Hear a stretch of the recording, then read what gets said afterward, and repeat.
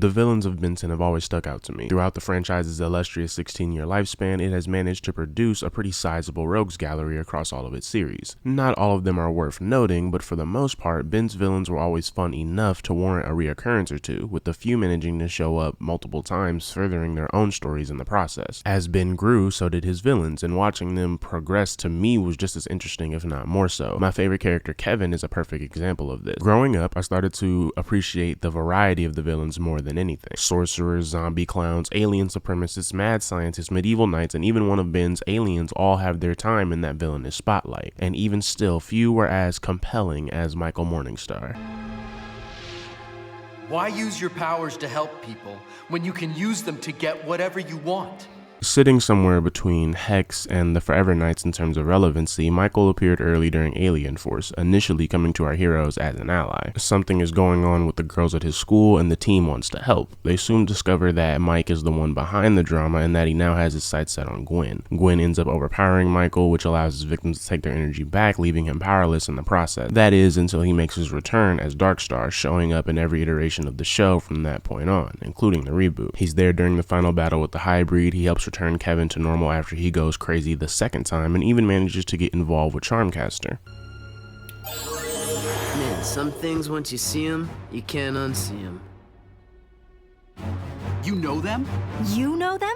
At some point, I would end up stepping away from the show, and one of the things that brought me back was these two being together, as I am a sucker for characters from the original series. The two remain a part of each other's development, and Michael even debuts in the reboot before Charmcaster. I don't see what the big deal is. What I find appealing about Michael enough to say he is my favorite villain in a show with plenty to choose from is how simple he is. Vain, inconsiderate, and dense in a way only the self-centered can be, Michael betrays everyone he comes in contact with as soon as he is able to, all while keeping a certain amount of composure as he cares a lot about how he chooses to present himself. You know that at any given moment he is thinking of him and him only, with his goals never being bigger or smaller than limitless and absolute power. He reminds me of a comic book villain in that he does wrong with or without a hero, and would make a great nemesis in any story that could use one. He isn't after the Omnitrix, he has a grudge against the team but rarely acts on it if he doesn't have to, and I doubt he would have even outed himself as the full-on bad guy that he is if he never took interest in Gwen in the first place. He's also a plumber's kid, which matters at the time of his debut for plot reasons, but is never mentioned after that.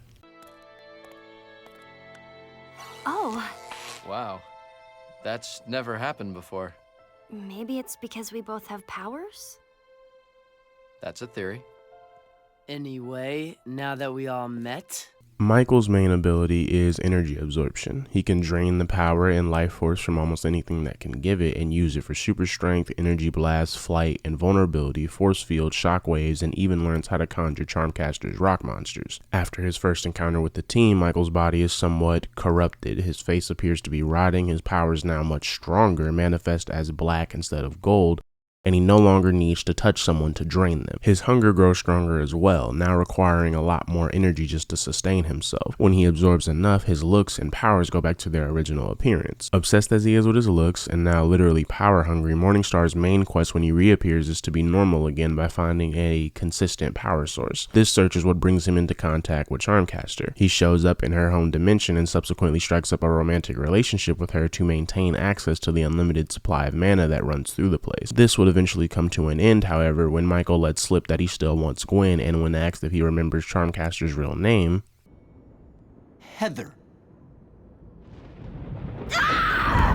because of his powers, Morningstar is unique in that he is a threat all by himself and doesn't need any tools or extra help to be dangerous. Over time, he ends up gorging himself on more potent sources of energy to the point of needing more than what he is used to, which does put a real damper on his threat potential, but at full power, nothing short of a collaborative effort, removal of his power source, or possession is enough to stop him. Possession is 9/10 of the law. Yeehaw! Big Tennyson is awesome! One of the more interesting aspects of Michael's character is that he was supposed to represent drug abuse in one way or another. When he first shows up, the victims of his powers develop a slight attraction to him, and the continued drain of an individual turns them into these super strong zombies that develop the ability and need to absorb energy themselves, complete with these marks that come from Michael's weird mouth hand. These marks show up primarily on the arms, and even Michael's appearance as Darkstar is how one could mean-spiritedly describe someone who may be suffering from an addiction. This is all much more obvious now, and I think it's cool that this amount of attention was given to him in the first place. The effect of his powers and the mouth hand never show up again though. I'm fine with the mouth going away, as it makes Michael a lot more alien, and everyone else is already an alien. And while the attraction stuff could have been cool, it is not missed, and it very well could have ended up just taking up space. Do you like being trapped in your current hideous form? About as much as you like being a butt-ugly, energy-sucking vampire. No offense. None taken. Aside from drugs and of course the devil, Morningstar was also inspired by certain vampire tropes, which is doubled down on in the reboot, as he is now an actor and a literal energy vampire that has been feeding off of the admiration of his fans for centuries. Everything about his character that was subtle goes away, and I think it's pretty cool. Instead of charming his way into a relationship with Charmcaster, he flat out abuses her and makes it very clear that she is nothing more than a glorified battery to me. Seeing him act as different than Charmcaster was an odd tone shift when I first saw this, but it's in line enough with how he used to act that it makes sense. I just wasn't ready for it, as the show is clearly going for a more lighthearted tone. You started this, but I'm not going anywhere until she worships the ground I walk on. So quit your whining and give me your energy. I'm sorry. I just wanted to help. Here.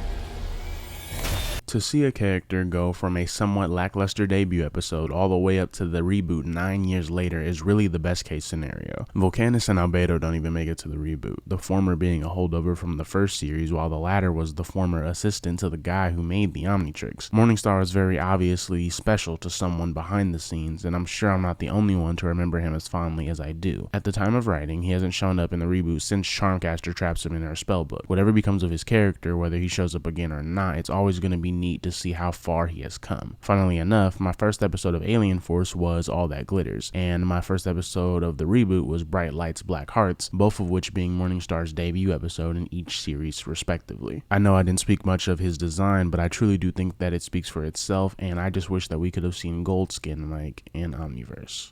Not until I make your powers my own.